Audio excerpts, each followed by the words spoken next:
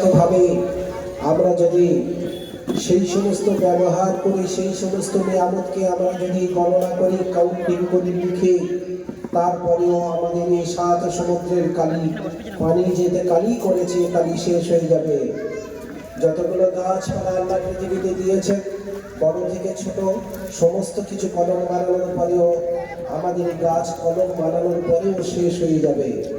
এরপরেও আল্লাহ তাআলার দিত নিয়ামত গণনা করে শেষ করা যাবে না। বলুন সুবহানাল্লাহ। এই জন্য আমরা অনেকে বলি না আল্লাহ তাআলার কোটি কোটি শুকরিয়া, এটা আল্লাহ তাআলার শানের খেলাফ। আল্লাহ তাআলা আমাদেরকে কোনো নিয়ামত গণনা করে দেয়নি। আল্লাহ বলেছেন, বান্দা তোমরা যদি আমার নিয়ামতকে গণনা করো, গণনা করে শেষ করতে পারবে না। ولو أن ما في الأرض من شجرة أقلام والبحر يمده من بعده 7 أبحر ما نفدت كلمات الله إن الله عزيز حكيم। ও পৃথিবীর মানুষেরা, তোমরা যদি সমস্ত গাছকে কলম বানিয়ে নাও আর সমস্ত সমুদ্রের পানি এবং পুকুরের পানি, তোমাদের পৃথিবীতে যত জায়গায় যত পানি আছে সমস্ত পানিকে যদি তোমরা কালিতে পরিণত করে নাও, তারপরে যদি তোমরা আমার এই নিয়ামত, আমার দেওয়া তোমাদের প্রতি যে নিয়ামত আমি অযাচিত ভাবে দান করেছি, যদি এটাকে তোমরা কাউন্টিং করো, লিখতে থাকো, তারপরেও তোমাদের সমুদ্রের পানি শেষ হয়ে যাবে, যেটাকে তোমরা কালি বানিয়ে নিয়েছো। সাথে সাথে অতগুলো গাছের কলম শেষ হয়ে যাবে, যেটাকে লেখার জন্য তোমরা ব্যবহার করেছো। তারপরেও আমার নিয়ামত তোমরা লিখে শেষ করতে পারবে না। বলুন সুবহানাল্লাহ। অন্যত্র আল্লাহ বলেছেন, আল্লাহ তাআলা অন্যত্র বলেছেন, তোমরা আমার এটাকে নন কাউন্টেবল, কাউন্ট করতে পারবে না, গণনা করতে পারবে না, এটাকে গণে শেষ করে পারবে না।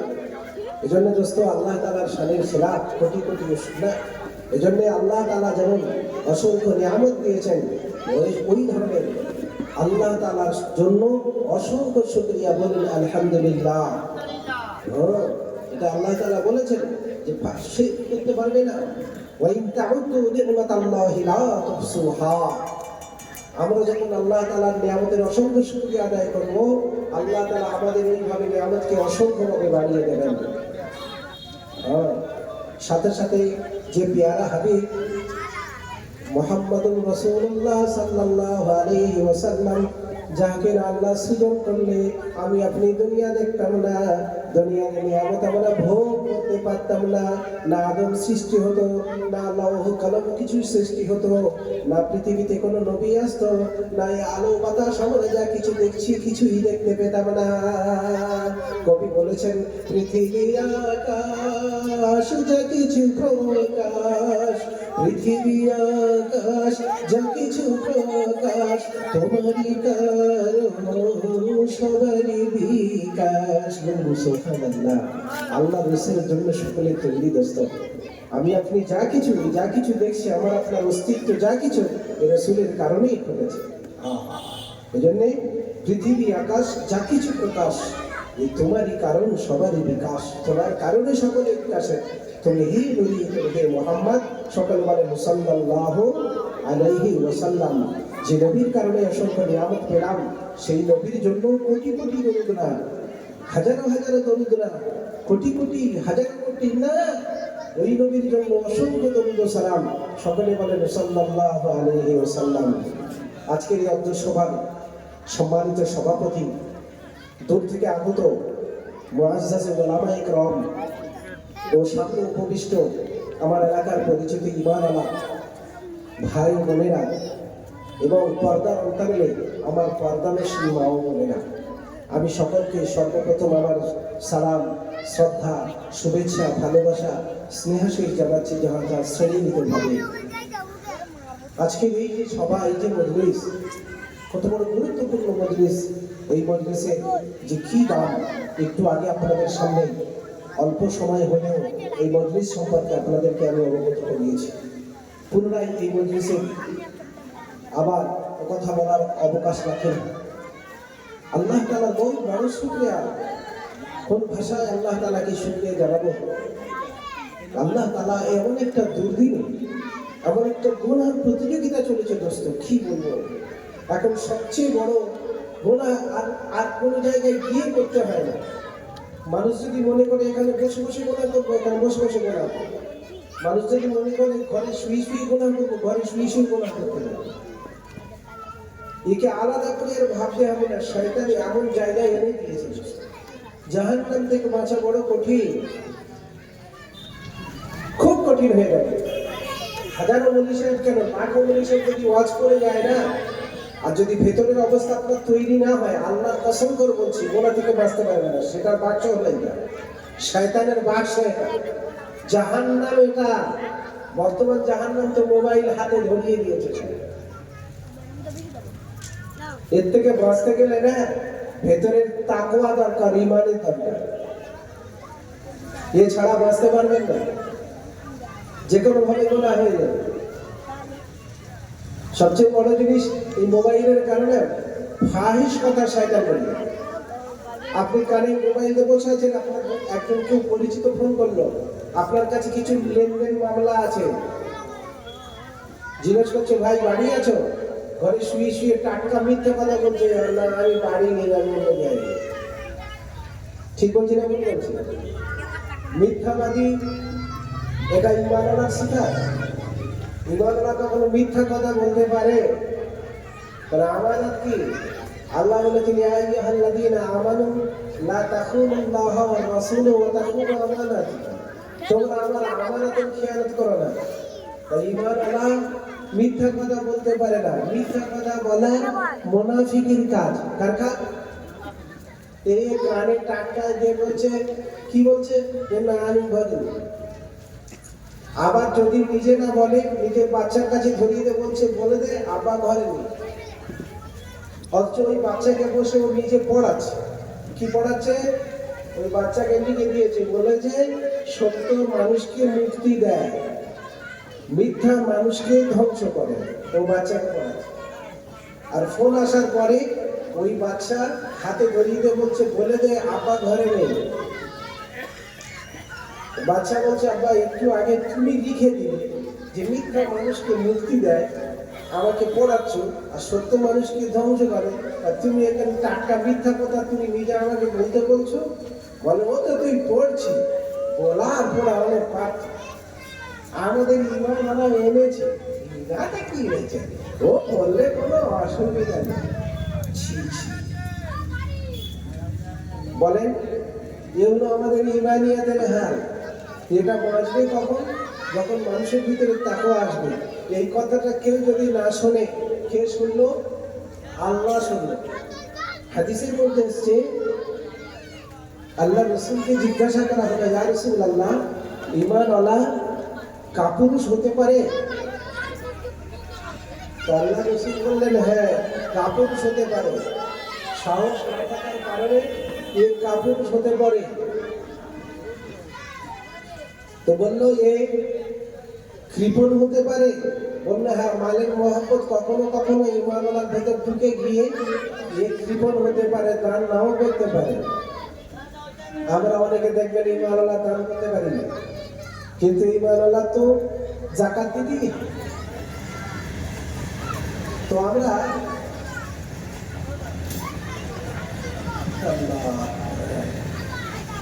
আল্লাহ রাসূলকে জিজ্ঞাসা করলেন, ইয়া রাসূলুল্লাহ কাপুরুষ হতে পারে? বললো হ্যাঁ কাপুরুষ। তো বললেন যে কৃপণ হতে পারে? বললো হ্যাঁ কৃপণ হতে পারে, মালের মহব্বত থাকার কারণে কৃপণ হতে পারে। জিজ্ঞাসা করলেন, ইয়া রাসূলুল্লাহ মিথ্যুক হতে পারে? বললো ওইটা হতে পারে। মিথ্যা কথা বলা এটা কার স্বভাব?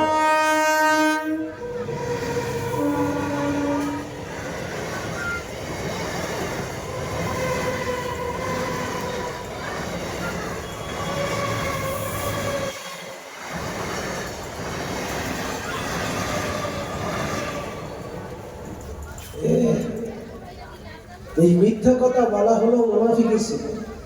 মানুষ যখন মিথ্যা কথা বলে তখন তার মুখের যে ফেরেশতা থাকে, এই ফেরেশতা তার এই মুখের দুর্গন্ধের কারণে কয়েক মাইল পর্যন্ত এই মিথ্যার দুর্গন্ধের কারণে তার থেকে সরে চলে যায়। আর মিথ্যা কথা হলো মুনাফিকের শিকার। দিয়ে টাটকা মিথ্যা কথা ওইভাবে বলে দিল, অথচ ছেলেকে পড়াচ্ছে মিথ্যা মুক্তি দেয়, সত্য মিথ্যা মানুষকে ধ্বংস করে, সত্য মানুষকে মুক্তি দেয়। আর এই নিজেই মিথ্যা কথা। এই মিথ্যাটা আজকের আমাদের এই মোবাইল মুখে এত বেশি আমরা মিথ্যা কথা বলায় অভ্যস্ত হয়ে গেছি, অনিচ্ছাকৃত অবস্থায় শয়তান আমাদেরকে মিথ্যা কথা বলে দিল। তাহলে আমাদের ইমানের হাল কোথায় আছে? কালেমা কি চেয়েছে? কলেমা তো এত বড় কলেমা, এইটা পড়ার নাম মানে এই না যে তুমি যা খুশি তাই করবে, আমার তো খেয়াল আছে। আর এই তাকওয়া যতক্ষণ ভেতরে না থাকবে, আমাকে কেউ যদি না শুনে, কেউ যদি না দেখে, কে দেখছে? আল্লাহ দেখছে। এই তাকওয়া মানুষের থাকতে হবে। এই জন্যই ঈমান সবচেয়ে বড় জিনিস। মানুষের জীবনে হয়তো মানুষ পুরো আমাল পুরো করতে পারলো না, এটা কিন্তু ঈমানের দুর্বলতার কারণ। আমরা অনেকে নামাজের স্বাদ পাই না, আমরা অনেকে ইবাদত করতে মন চায় না। এর মূল কারণ হলো ঈমানের কমি, ঈমানি দুর্বলতা। চুম্বক যত বেশি শক্তিশালী হবে, তত বেশি সে আকর্ষণ করবে। তো ঈমান আমাদের মধ্যে যত বেশি আসবে, ব্যাপক আকারে আসবে, তখন আমাদের দ্বারা সমস্ত আমাল করা সহজ হবে, আর সমস্ত গর্হিত কাজ থেকে আমরা বাঁচতে পারব। এছাড়া বাঁচার কোনো রাস্তা নেই। এই জন্য সর্বপ্রথম দেখবেন একজন ঈমানওয়ালা, একজন ঈমান মুসলমানের সর্বপ্রথম দায়িত্ব হচ্ছে ঈমানিয়াত, তারপরে এসছে ইবাদত, তারপরে এসছে মুআমালাত, তারপরে মুআশারাত, তারপরে আখলাকিয়াত। এই পাঁচটা জিনিস তার অবশ্যই থাকতে হবে, এবং এই চারটে জিনিস পরিপূর্ণরূপে ডিপেন্ড করবে ঈমানিয়াতের উপরে। এই জন্য কোরআনের মধ্যে আপনি খুলে দেখবেন, সমস্ত নবী আলাইহিস সালাম সর্বপ্রথম মানুষকে ঈমানের কাঠগড়ায় দাঁড় করিয়েছেন। এটা যখন আসবে, মানুষ সব কিছু ছাড়তে বাধ্য হবে, এবং এরই বুনিয়াদে মানুষ জান্নাত পাবে, আমালের বুনিয়াদে মানুষ জান্নাতের নিয়ামত পাবে। হযরত ইব্রাহিম আলাইহিস সালাম নিজের পিতা আজর কি করতো? আজর মূর্তি তৈরি করত, এবং সেই মূর্তি তৈরি করে নিজে পূজা করত। ইব্রাহিম আলাইহিস সালাম যখন দেখলেন যে ওই অবস্থা, উনি নিজে আল্লাহকে খুঁজতে ছিলেন। যখন উনি দেখলেন যে আসমানে তারা উঠলো, উনি ভাবলেন এটাই বোধহয় আমার প্রভু।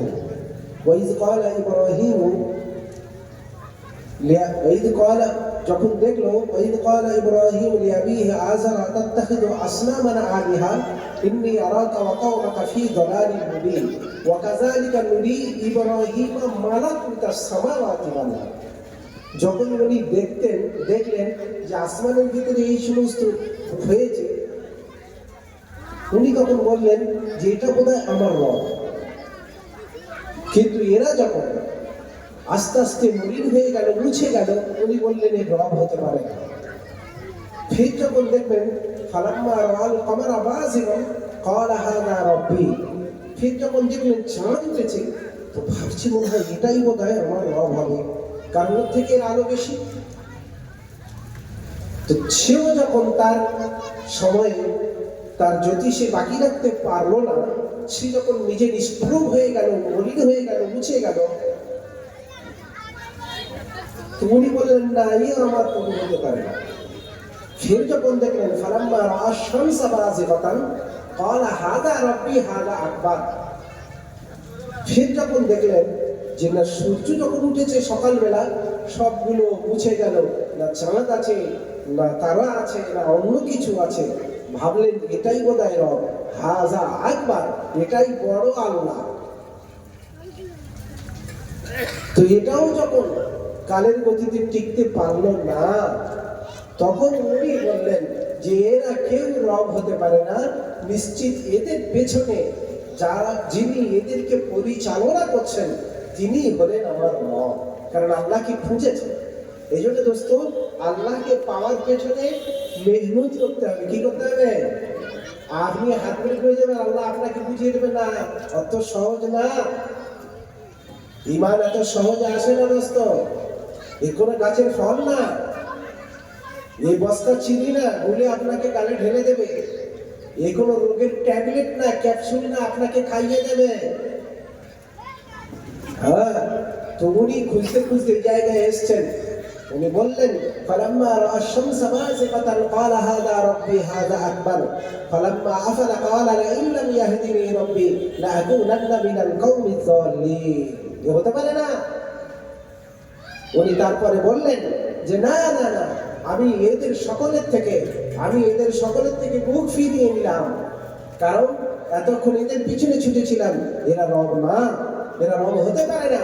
যে রব তার নিজের অস্তিত্বকে বাঁচিয়ে রাখতে পারে না, সে আমার রব হতে পারে না। সুতরাং আমি আমার পক্ষে এর থেকে ফিরিয়ে নিলাম। এই জন্য দেখবেন আমরা যেটা নামাজ পাঠিতে দাঁড়িয়ে পড়ি, তার মানে কি সারাদিনই অনেকে বলে, এর অনেকে এতেরেজ আছে, এর সম্পর্কে অনেক বিতর্ক আছে।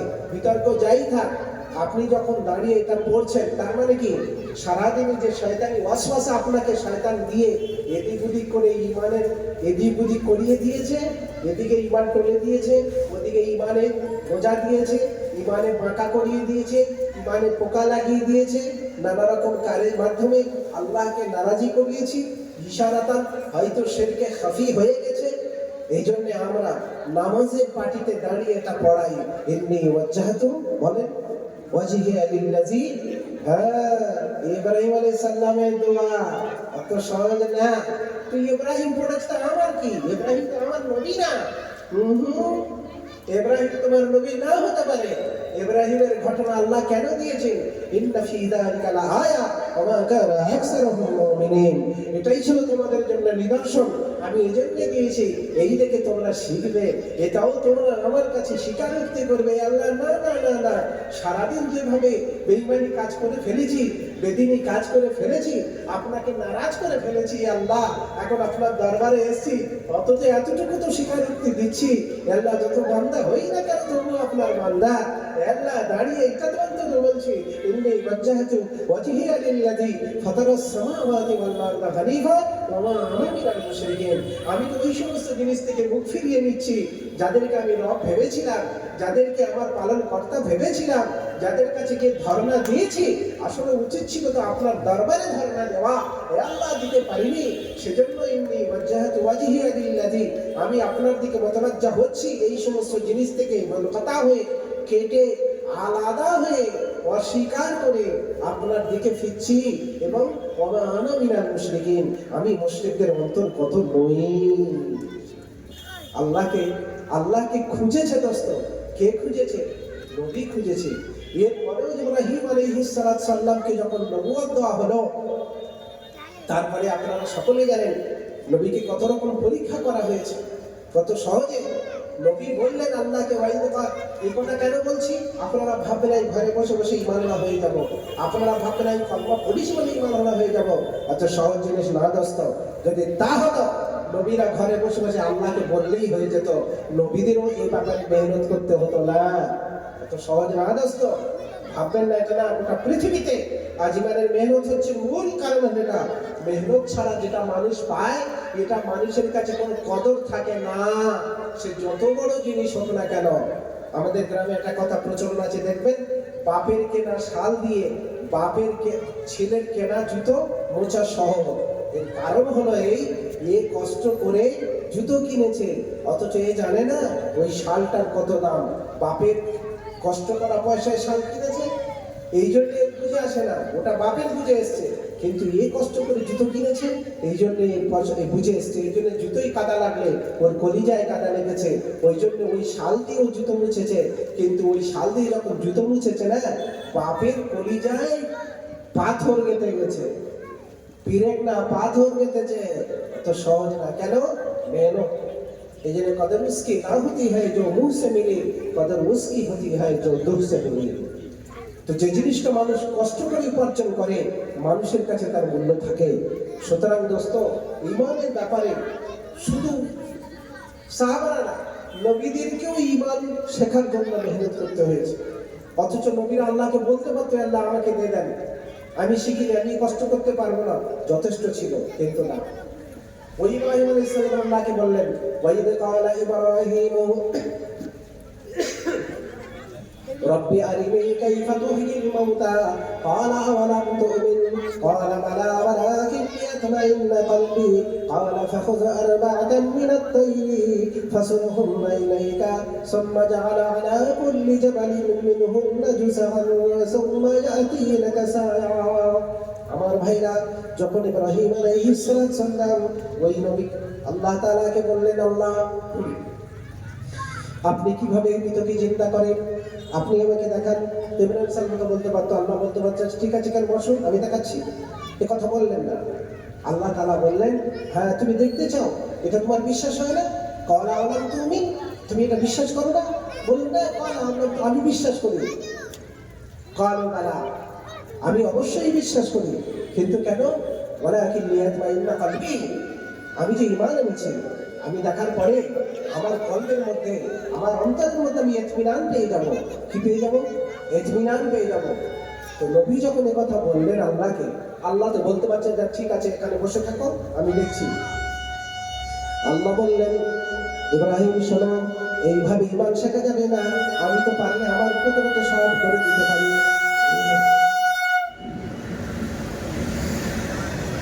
কিন্তু তোমরা শোনো, এইভাবে ঈমান শেখা যায় না। হযরত ইব্রাহিম আলাইহিস সালামকে আল্লাহ বললেন, ক্বালা ফাখুয আরবাআতাম মিনাত তাইর, চারটে পাখি জোগাড় করতে বলেছিলেন। সেই সময় এক জায়গায় চারটে পাখি পাওয়া যাবে না, বরং বলেছিলেন, কাক বলেছিলেন, ময়ূর বলেছিলেন, আর পায়রা বলেছিলেন। এইভাবে চারটে পাখি জোগাড় করতে বলেছিলেন। চারটে পাখি চারটে এলাকা থেকে জোগাড় করলেন কষ্ট করে। আবার বললেন এটাকে জবাই করে দাও, জবাই করে এটা প্রতিপত্তি করো, এগুলো আবার একসাথে খেতে দাও, এক জায়গায় করে দাও। আবার ফাখুয আরবাআতাম মিনাত তাইর, এটাকে চারটি করে দিয়ে এটাকে চারবার করে চারটে পাহাড়ে তুলতে বলেছিলেন। চারটে পাহাড়ে, আপনারা বলেন পাহাড়ে ওঠা কত বড় কষ্টসাধ্য কাজ। পাহাড়ে ওঠা এত সহজ জিনিস না। সেই চারটে পাহাড়ে ইব্রাহিম আলাইহিস সালামকে তোলা হলো। তারপরে বললেন, এইবার এক এক করে রাখো তোমার কাছে নাম ধরে, আর কল্লাগুলো মাথাগুলো নিজের কাছে রাখো। দেখা গেল এই অবস্থায় যখন ডাকছে, এক একটা করে রক্ত আসছে, মাংস আসছে, হাড় আসছে, হাড্ডি আসছে, এই করতে করতে করতে করতে সবগুলো একটা জায়গায় জুড়ছে। ইব্রাহিম আলাইহিস সালাম দেখছেন, আগে ছিল ইলমে, একটা ছিল ইলমুল ইয়াকিন, একটা হলো হক, একটা হলো ইলমুল ইয়াকিন, একটা হলো আইনুল ইয়াকিন, আর একটা হলো হকুল ইয়াকিন। তো ইব্রাহিম আলাইহিস সালামের ইলমে ছিল আল্লাহ করতে পারেন, কিন্তু যখন উনি আইনুল ইয়াকিনে দেখলেন, চোখে দেখলেন, তো ওনার হকুল ইয়াকিনে পৌঁছে যেতে আর অসুবিধা হলো। তাই এই জায়গায় বোঝা যাচ্ছে হযরত ইব্রাহিম আলাইহিস সালাম শুধু এইটুকু বলেছে যে আল্লাহ কেমন, কাইফা তুহিল মাউতা, আপনি কেমন করে করেন। তো আল্লাহ তাআলা বললেন যে যদি এটাই তুমি জানতে চাও তাহলে দেখো আমি কিভাবে করি। তো বলে তো ইব্রাহিম আলাইহিস সালামকে বসে আল্লাহ করতে পারতেন, কিন্তু না, আল্লাহ তাআলা মেহনতের মধ্যে ডাললেন, অত সহজ। এরপরে উনি ঈমান যখন পাকা হয়ে গেল, তখন ইব্রাহিম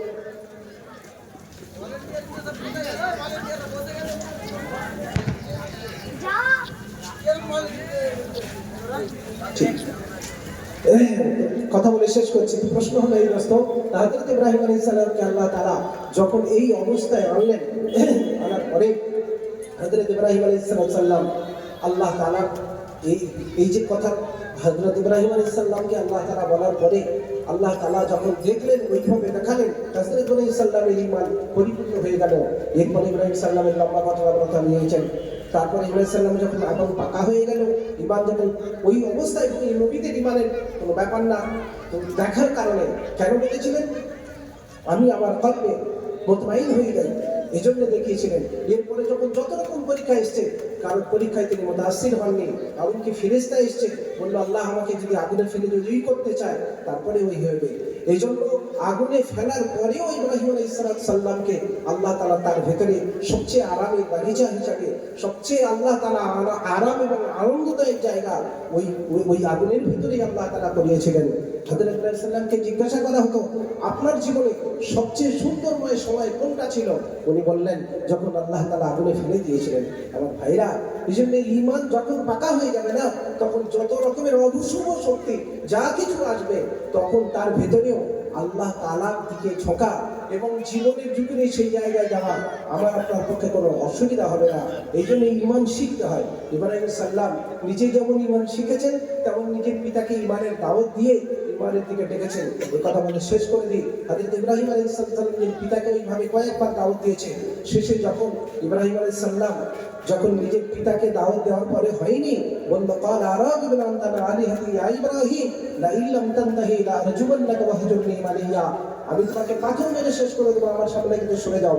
আমার ভাইরা, ইব্রাহিম আলাইহিস সালামের পিতা ঈমান তো কবুল করেনি, চলে তো গেল, ফির দোয়া করে গেল। কারণ কাফির মুশরিকদের জন্য মাগফিরাতের দোয়া করা যাবে না, তাদের জন্য হিদায়াতের দোয়া করা যাবে।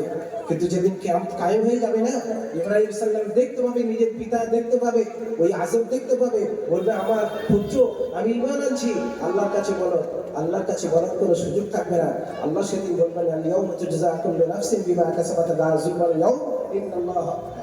এদিনই আজকের শুধু জাযা আর বদলা দেওয়ার দিন, আজকের ঈমান আনার দিন নয়। এজন্য আমার ভাইরা, আমি মূল কথা এই জন্যই বলতে শুরু করেছিলাম যে আমাদের আজকের যে অবস্থা হয়েছে, আমাদের ভিতরে যত রকমের যা কিছু দেখি যা কিছু, এর মূল কারণ হলো ঈমানের কমে।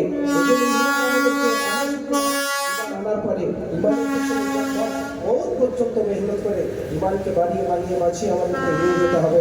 যদি আমরা নিয়ে যেতে পারি, আমাদের আমার যাই হইত না কেন, যদি ঈমান নিয়ে যেতে পারি, ঈমানের কারণে আল্লাহ তাআলা আমাদেরকে জান্নাত দেবেন এবং আমাদের কারণে জান্নাতের নিয়ামত দেবেন। কিন্তু যদি ঈমান আমরা হারিয়ে যাই, ঈমানের মেহনত করে যদি ঈমান পরিপক্ক না করতে পারি, ঈমানের সাথে যদি আমানত না নিয়ে যেতে পারি, তো দুনিয়া এবং আখিরাতে আমরা ক্ষতিগ্রস্ত হব। এজন্য আমি অনুরোধ করব, আমরা যারা এখানে আছি, যে পজিশনে আছি, এই পজিশনে নিজের জীবনকে বাড়িয়ে বাড়িয়ে বাঁচিয়ে বহু পর্যন্ত যাতে হেফাজত করে নিয়ে যেতে পারি, এই জন্য আমরা প্রত্যেককে এই পিছনে মেহনত করবো। আল্লাহ আমাকে এবং আপনাকে সমস্ত ইনসানকে আল্লাহ তাআলা ঈমানের মেহনত করে ঈমানকে বাড়িয়ে বাড়িয়ে বাঁচিয়ে এবং আমালকে সুন্দর করে আল্লাহকে রাজি খুশি করিয়ে রাসূলুল্লাহ সাল্লাল্লাহু আলাইহি ওয়াসাল্লামের রিসালাতকে জিন্দেগিতে তার তার তার তার তার উত্তম চরিত্র এবং আদর্শ নিজের জিন্দেগিতে বাস্তবায়িত করে জীবনকে ধন্য করার তৌফিক নসিব করুন। আমিন। ওয়া আখিরু দাওয়ানা আলহামদুলিল্লাহি রাব্বিল আলামিন। আসসালামু আলাইকুম ওয়া রাহমাতুল্লাহি ওয়া বারাকাতুহু।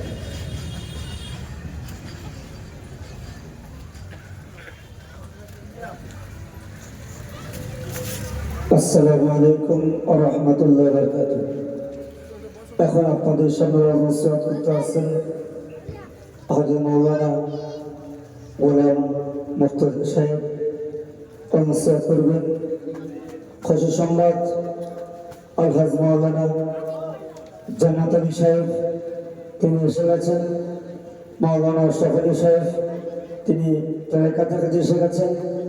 খরচ জামান সাহেব, তিনি আসছেন। ফুরফুরা শরীফ আওলাদ মুকাদ্দাস জামান, ইনশাআল্লাহ তিনিও আসছেন। আপনাদের করুণায় এই মাহফিল আল্লাহ কবুল করেছেন। আপনারা সকলে যতটা শুনবেন। এখন হয়তো মাওলানা গোলাম মুর্তজা সাহেব আল্লাহুম্মা ধরতেছি বল আল্লাহুম্মা। আরে নারে তাকবীর, নারে তাকবীর, নারে তাকবীর। জনাব হযরত মাওলানা গোলাম মুর্তজা সাহেব, জনাব হযরত মাওলানা গোলাম মুর্তজা সাহেব, নারে তাকবীর।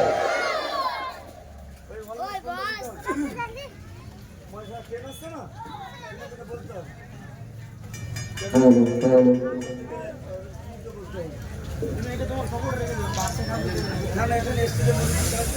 আসসালামু আলাইকুম ওয়া রাহমাতুল্লাহি ওয়া বারাকাতুহু।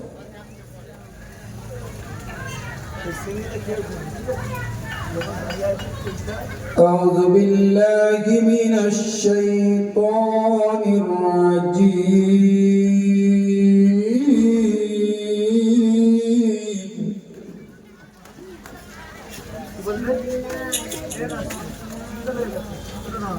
বিসমিল্লাহির রহমানির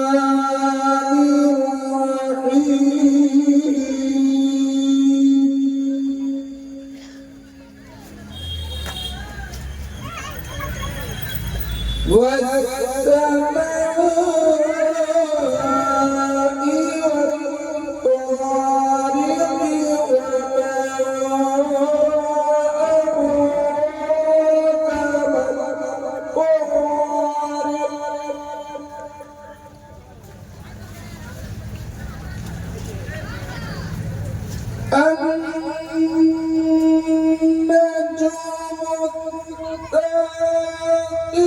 voice call from S is on Sim Sim 2. Incoming voice call from S is on Sim Sim 2. Incoming voice call from S is on Sim Sim 2. Incoming voice call from S is on Sim Sim 2. Incoming voice call from S is فلينظر الإنسان مما خلق خلق Incoming voice call from S is on Sim Sim 2. Incoming voice call from S is on Sim Sim 2. Incoming voice call from S is on Sim Sim 2. Incoming voice call from S is on Sim Sim 2. Incoming voice call from S is on Sim Sim 2.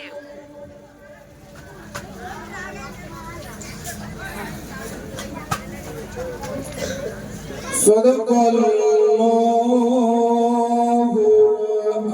Incoming voice call from S is on Sim Sim 2. Incoming voice call from S is on Sim Sim 2. ما كان محمد أبا أحد من Incoming voice call from S is on Sim Sim رجالكم 2. ولكن رسول الله وخاتم النبيين Incoming voice call from S is on Sim Sim 2. وكان الله بكل شيء عليما إن الله وملائكته يصلون على النبي يا أيها الذين آمنوا صلوا عليه وسلموا تسليما الله سيدنا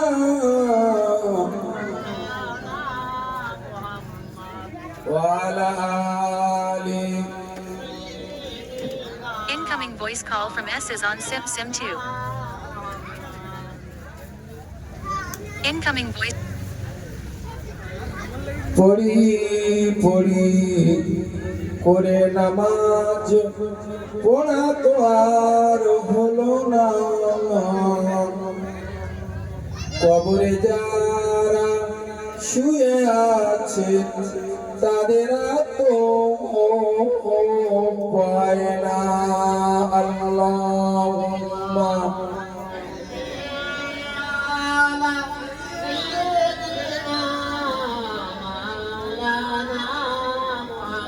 وعلى آله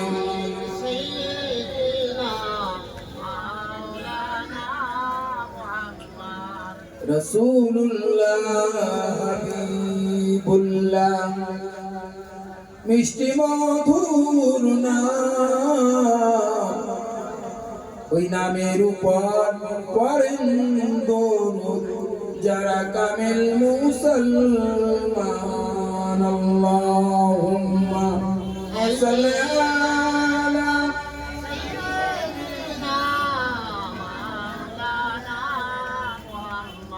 وعلى آل سيدنا مولانا محمد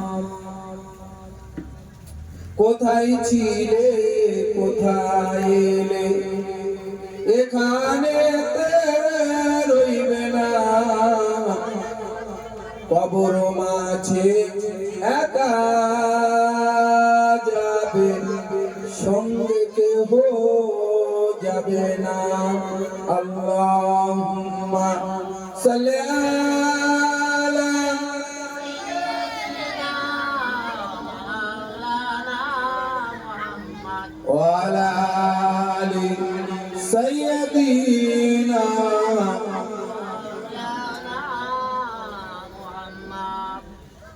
نحمده أن يصلي على رسوله الكريم أما بعد فقد قال الله تعالى في كتابه المجيد والفرقان الحميد بسم الله الرحمن الرحيم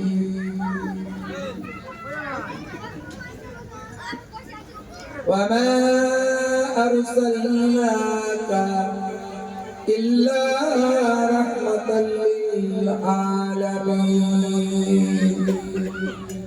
وقال الله تعالى أيضا في كتابه المجيد والفرقان الحميد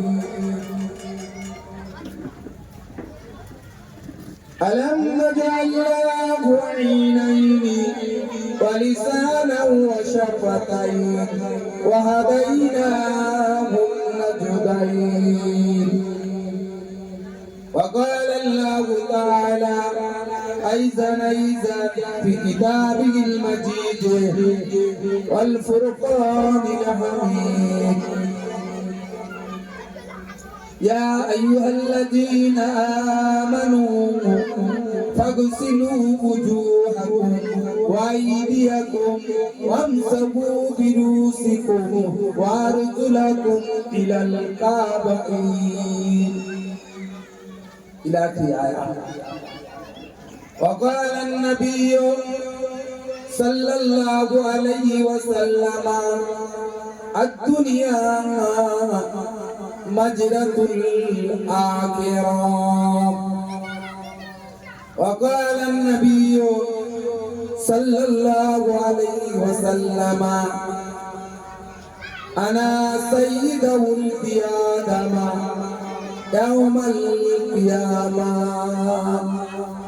وقال النبي صلى الله عليه وسلم أول ما خلق الله نوري إلى آخر آية. ألفت اللهم آمين. ربنا ظلمنا أنفسنا وإن لم تغفر لنا وترحمنا لنكونن من الخاسرين. আল্লাহ তাআলাই মাহফিলে যারা এসেছে, যারা আসছেন, যারা বসে আছেন, আল্লাহ সকলের আশা বসাকে আপনার দরবার শরীফে কবুল করে নিন। কোরআন শরীফ, হাদিস শরীফ, দরুদ শরীফ কয়েক মাত্রা তেলাওয়াত করে আল্লাহ তাআলা আপনার দরবারে দুটি হাত তুলেছি। আল্লাহ যা সওয়াব দান করবেন আপনার রহমতি ভান্ডার থেকে বিশ্বময় সওয়াব করে মুফাক্কারে মওজুদা রাহমাতাল লিল আলামিনের পাক রোজা মুবারকে সওয়াব পৌঁছে দিন। হুজুরে আল আওলাদ আম্মা জান হযরত ফাতিমা ইমাম হাসান হুসাইন রাদিয়াল্লাহু তাআলা আনহুমা হুজুর के रूपा के सवाब पहुंची दी। गौसुल आज़म बड़ा बिसर रहमतुल्लाह अलैहि रूपा के सवाब पहुंची दी।